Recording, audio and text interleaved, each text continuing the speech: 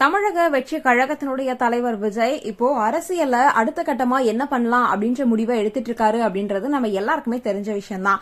இந்த ஒரு தருணத்துல 2026 சட்டமன்ற தேர்தலில் களமிறங்க இருக்க விஜய் IAS IPS போன்ற ஓய்வு பெற்ற அரசு அதிகாரிகளை தமிழக வெற்றி கழகத்துக்குள்ள கொண்டு வரணும் அப்படின்ற முயற்சியில இறங்கி இருக்காரு அப்படின்ற நியூஸ் தான் இப்ப சோசியல் மீடியால ரொம்பவே வைரல் ஆயிட்டு இருக்கு அப்படின்னே சொல்லலாம். அது மட்டும் இல்லாம சமூகம், சூழலியல் செயல்பாட்டாளர்கள், பேராசிரியர்கள், டாக்டர்களை இலக்கு வச்சு இந்த ஒரு வேட்பாளர் தேடுதல் குழு களம் இறங்கியிருக்கு அப்படின்னு சொல்லப்பட்டு இருக்கு.